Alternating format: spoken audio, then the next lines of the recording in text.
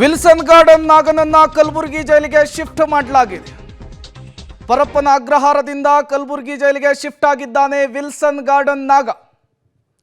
ಆದೇಶ ಕೂಡ ಬಿದ್ದಿದೆ. ಈಗ ಹೊರಬಿದ್ದಿರುವಂತಹದ್ದು ಕೆಲವೇ ಕ್ಷಣಗಳಲ್ಲಿ ಅಥವಾ ನಾಳೆ ಬೆಳಗ್ಗೆ ಆತನನ್ನು ಶಿಫ್ಟ್ ಮಾಡುವಂತಹ ಕೆಲಸ ಆಗುತ್ತೆ.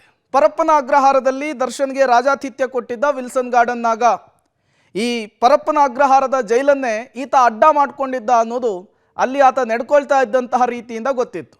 ದರ್ಶನ್ ಏನೋ ಎತ್ತಂಗಡಿ ಮಾಡಿಬಿಟ್ರು, ವಿಲ್ಸನ್ ಗಾರ್ಡನ್ ನಾಗನ ಕಥೆ ಏನು ಅನ್ನುವಂತಹ ಪ್ರಶ್ನೆ ಇತ್ತು. ಮತ್ತೊಂದು ಕಡೆ ಎನ್ಕ್ವೈರಿ ಕೂಡ ಆಗ್ತಾ ಇತ್ತು. ಮೊನ್ನೆಯಷ್ಟೇ ರೇಡ್ ಮಾಡಿದಂತಹ ಸಂದರ್ಭದಲ್ಲಿ ಆತನ ಸೆಲ್ನಲ್ಲಿ ಮೊಬೈಲ್ ಕೂಡ ಸಿಕ್ಕಿತ್ತು. ಈಗ ಇನ್ವೆಸ್ಟಿಗೇಷನ್ ಕಂಪ್ಲೀಟ್ ಆಗಿದೆ. ಈಗ ಆತನನ್ನು ಕಲಬುರಗಿಯ ಜೈಲಿಗೆ ಶಿಫ್ಟ್ ಮಾಡಲಿಕ್ಕೆ ಆದೇಶ ಹೊರಬಿದ್ದಿರುವಂಥದ್ದು. ಇನ್ನು ವಿಲ್ಸನ್ ಗಾರ್ಡನ್ ನಾಗ ಅಷ್ಟೇ ಅಲ್ಲ, ಕುಳ್ಳ ರಾಜ ಇದ್ನಲ್ಲ ಆತನನ್ನು ಕೂಡ ಶಿಫ್ಟ್ ಮಾಡಲಿಕ್ಕೆ ಈಗ ಆದೇಶ ಹೊರಬಿದ್ದಿರುವಂಥದ್ದು. ಈ ಮೂಲಕ ಬೆಂಗಳೂರಿನ ಸೆಂಟ್ರಲ್ ಜೈಲಿನಲ್ಲಿ ರಾಜಾತಿಥ್ಯವನ್ನು ಕಂಟ್ರೋಲ್ ಮಾಡಲಿಕ್ಕೆ, ಅದಕ್ಕೆ ಅವಕಾಶ ಕೊಡದೇ ಇರುವಂತಹ ನಿಟ್ಟಿನಲ್ಲಿ ಏನೆಲ್ಲ ಕ್ರಮಗಳನ್ನು ತೆಗೆದುಕೊಳ್ಬೇಕೋ ಅದಕ್ಕೆ ಈಗ ಮುಂದಾದಂತೆ ಕಾಣಿಸ್ತಾ ಇದೆ.